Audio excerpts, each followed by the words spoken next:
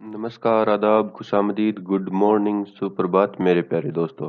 दोस्तों आज है 16 अगस्त और आज हम अध्ययन करेंगे 16 अगस्त के जितने भी करंट अफेयर्स के महत्वपूर्ण क्वेश्चन बनते हैं उनके बारे में। तो दोस्तों कल सब लोगों ने उम्मीद करता हूँ धूमधाम से स्वतंत्रता दिवस मनाया होगा। हर वर्ष की तरह उतने हर्षोल्लास के साथ नहीं मनाया गया परंतु जो एक आज़ादी का जश्न होता है उसका एक अलग ही नशा होता है। तो वो उसका अलग ही नशा होता है और वो अलग ही तरीके से सेलिब्रेट किया जाता है। तो चलिए दोस्तों आज शुरू करते हैं आज का पहला क्वेश्चन। दोस्तों आज के क्वेश्चन शुरू करने से पहले आपको जो दो तस्वीरें दिखाई दे रही हैं, एक तरफ है जो अपने कैप्टन कूल के नाम से प्रसिद्ध महेंद्र सिंह धोनी और एक जो सुरेश रैना की। इन इन दोनों ने दोस्तों जो क्रिकेट को अलविदा कह दिया है, यानी अब ये दोनों ही जो चेहरे हैं महेंद्र सिंह धोनी का और सुरेश रैना का, जो दोनों चेहरे हैं वो कभी भी आपको इंटरनेशनल क्रिकेट खेलते हुए नहीं दिखाई देंगे। जैसे टी20 वर्ल्ड कप और वनडे, जो इंटरनेशनल वनडे मैच और इंटरनेशनल टेस्ट सीरीज है वो खेलते हुए नहीं दिखाई देंगे। हाँ, आईपीएल में खेलते हुए दिखाई देंगे परंतु इंटरनेशनल क्रिकेट से इन्होंने दोनों ने संन्यास ले लिया है। तो चलिए दोस्तों आज का वीडियो शुरू करते हैं। तो दोस्तों ये रहा आपके सामने पहला क्वेश्चन। निम्नलिखित में से कौन हाउसिंग प्राइस इंडेक्स जारी करता है, यानी जो हाउसिंग प्राइस इंडेक्स है वो कौन जारी करता है। तो दोस्तों हाउसिंग प्राइस इंडेक्स कौन जारी करता है? आरबीआई, यानी भारतीय रिजर्व बैंक। दोस्तों भारतीय रिजर्व बैंक का मुख्यालय कहाँ है? मुंबई, महाराष्ट्र में। आरबीआई की स्थापना कब हुई? 1 अप्रैल 1935 को। और दोस्तों वर्तमान में गवर्नर कौन है? शक्तिकांत दास, जिन्होंने 11 सितंबर 2018 को अपना कार्यभार संभाला था और वर्तमान में गवर्नर हैं। भारतीय रिजर्व बैंक की स्थापना रिजर्व बैंक अधिनियम 1934 के प्रावधानों के अनुसार 1 अप्रैल 1935 को हुई थी। जो 1934 के जो प्रावधान थे भारतीय रिजर्व बैंक अधिनियम के, उनके अनुसार 1 अप्रैल 1935 को स्थापना हुई थी। दोस्तों जो हाउसिंग प्राइस इंडेक्स है वो अलग अलग शहरों में जो घरों की है वो जो प्राइजेज हैं उस उनको निर्धारित करता है। तो दोस्तों चलिए बढ़ते हैं नेक्स्ट क्वेश्चन की ओर। ग्रेटर माले बुनियादी ढांचा परियोजना अब तक की सबसे बड़ी जो परियोजना होगी जिसे किस देश में लागू किया जाएगा? दोस्तों जो ग्रेटर माले विकास परियोजना के नाम से जो एक परियोजना लागू की गई है उसे किस देश में लागू किया जाएगा? तो दोस्तों उसे मालदीव में लागू किया जाएगा। किस देश में दोस्तों? मालदीव में। दोस्तों मालदीव के राष्ट्रपति कौन है? राष्ट्रपति हैं सोली है, ये उनका नाम है, सोली है। तो दोस्तों अब देखते हैं मालदीव के प्रवाल भित्ति द्वीप, लगभग दोस्तों मालदीव है वो पूरा पूरा है जो प्रवाल भित्तियों के ऊपर स्थित है।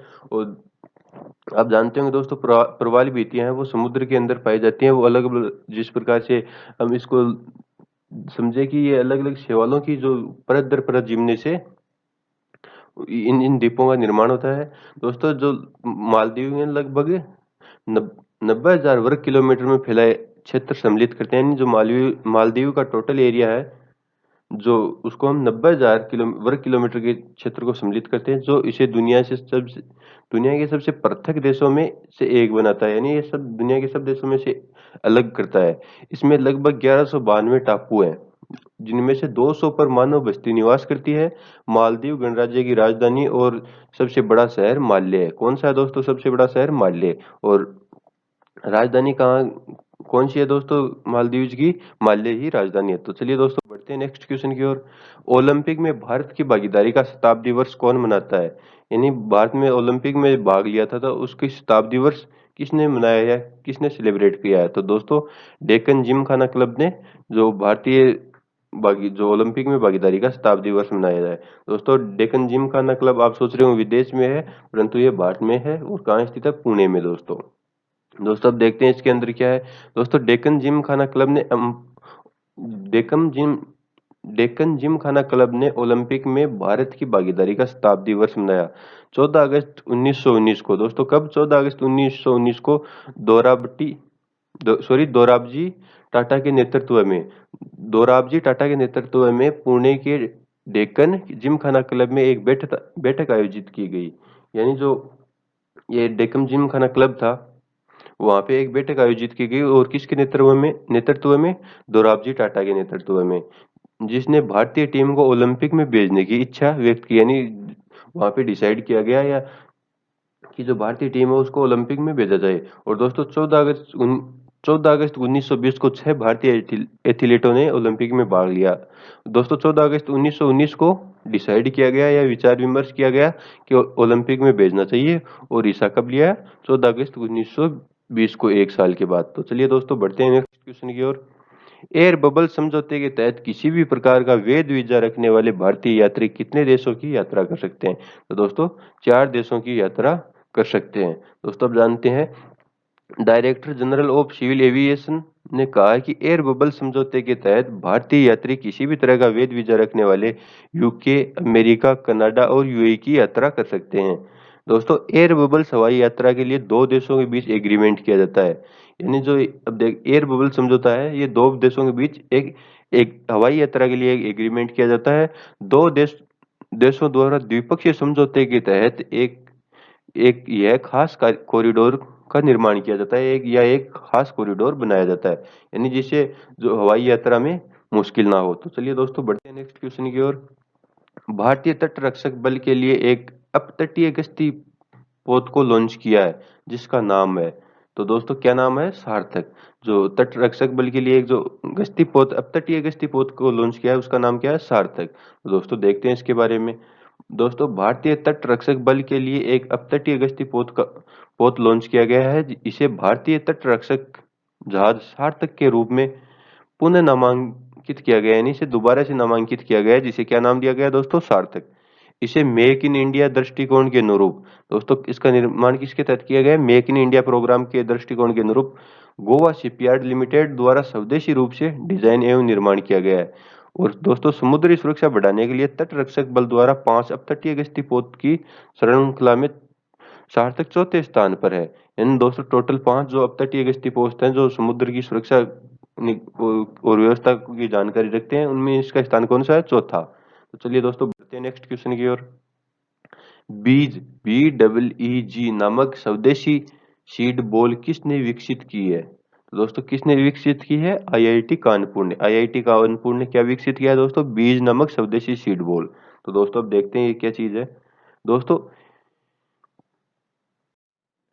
Agnes waste management private limited के सहयोग से आईआईटी कानपुर ने बीज biocompost enriched eco friendly globule नामक स्वदेशी जो है सीड बॉल विकसित की है।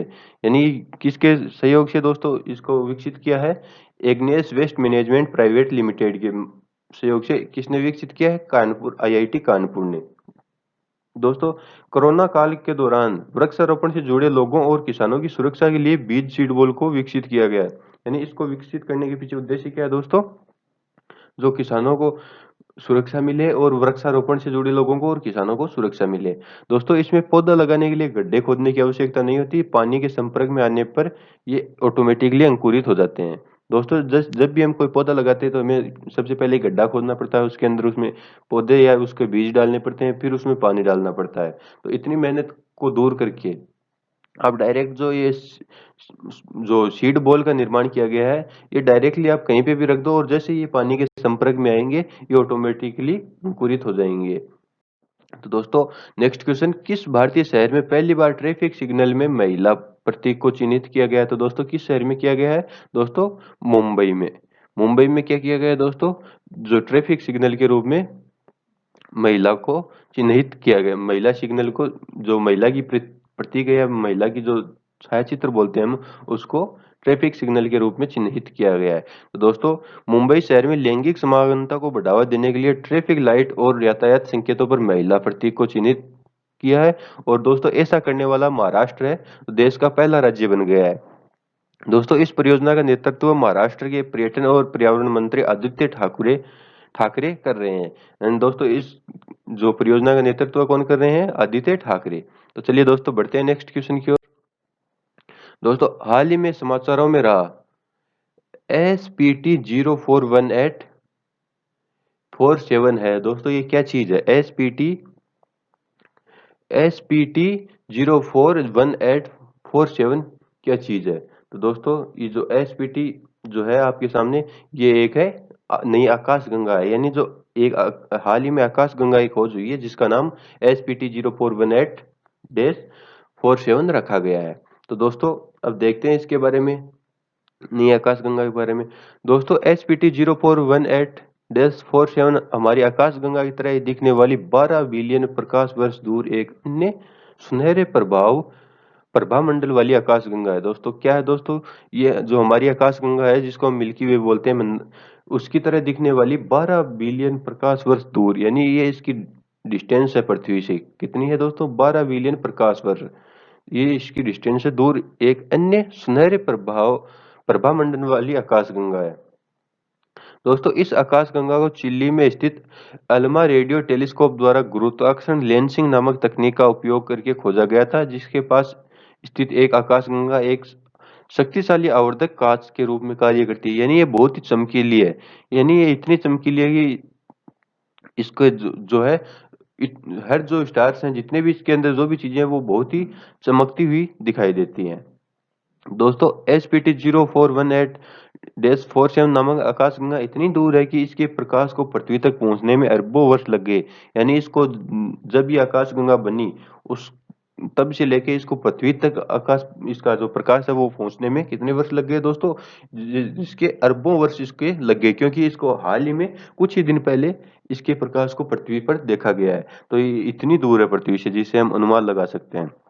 दोस्तों ये बहुत ही चमकीली है और लगभग सेम टू सेम जो हमारी आकाशगंगा है Milky Way, same to same उसी के अनुरूप व्यवहार करती है या उसी के रूप में दिखाई देती है। तो चलिए दोस्तों बढ़ते हैं नेक्स्ट क्वेश्चन की ओर। फिट इंडिया यूथ क्लब का आरंभ किसने किया है, यानी जो एक अभी हाल ही में आरंभ किया है फिट इंडिया यूथ क्लब जो प्रोग्राम है, इसका आरंभ किसने किया। तो दोस्तों किरेन रिजिजू ने फिट इंडिया यूथ क्लब का आरंभ किया है। दोस्तों केंद्रीय युवा मामले एवं खेल मंत्री श्री किरेन रिजिजू ने स्वतंत्रता दिवस के अवसर पर एक और राष्ट्रव्यापी पहल फिट इंडिया यूथ क्लब का आरंभ किया है। दोस्तों प्रधानमंत्री के विजन यानी जो प्रधानमंत्री की जो स्कीम है फिट इंडिया, जो फिट इंडिया आंदोलन है, आंदोलन के एक हिस्से के रूप में फिट इंडिया यूथ क्लब का प्रसार देश भर में फिटनेस के महत्व के बारे में आम जागरूकता पैदा करना है। यानी जो आम लोगों में है, जितने भी लोग हैं उनमें एक जागरूकता पैदा करना है। और ये किसके तहत है दोस्तों, फिट इंडिया जो मूवमेंट है भारत का, जो प्रधानमंत्री मोदी जी द्वारा लास्ट ईयर शुरू किया गया था, उसके अंतर्गत इस जो फिट इंडिया यूथ क्लब का आरंभ किया गया है और ये देश भर में फिटनेस के बारे में लोगों को जागरूक करेगा। दोस्तों फिट इंडिया मूवमेंट है 2019 में 29 अगस्त को शुरू किया गया था और इस वर्ष एक साल पूरा कर लेगा। तो चलिए दोस्तों बढ़ते हैं नेक्स्ट क्वेश्चन की ओर। हर गांव को कितने दिनों में ऑप्टिकल फाइबर केबल कनेक्टिविटी से जोड़ा जाएगा। दोस्तों नरेंद्र मोदी जी ने घोषणा की है कि आने वाले 1000 दिनों में हर गांव को और हर क्षेत्र को ऑप्टिकल फाइबर केबल कनेक्टिविटी से जोड़ा जाएगा। दोस्तों प्रधानमंत्री श्री नरेंद्र मोदी जी ने 74वें स्वतंत्रता दिवस के अवसर पर अपने संबोधन में कहा कि आने वाले 1000 दिनों में देश के हर गांव को ऑप्टिकल फाइबर केबल से जोड़ा जाएगा। श्री मोदी जी ने बताया कि 2014 से पहले देश में केवल 5 दर्जन पंचायतें ऑप्टिकल फाइबर केबल से जुड़ी हुई थी। पिछले 5 साल में देश में लगभग 1.5 लाख ग्राम पंचायतों को ऑप्टिकल फाइबर केबल से जोड़ा गया है।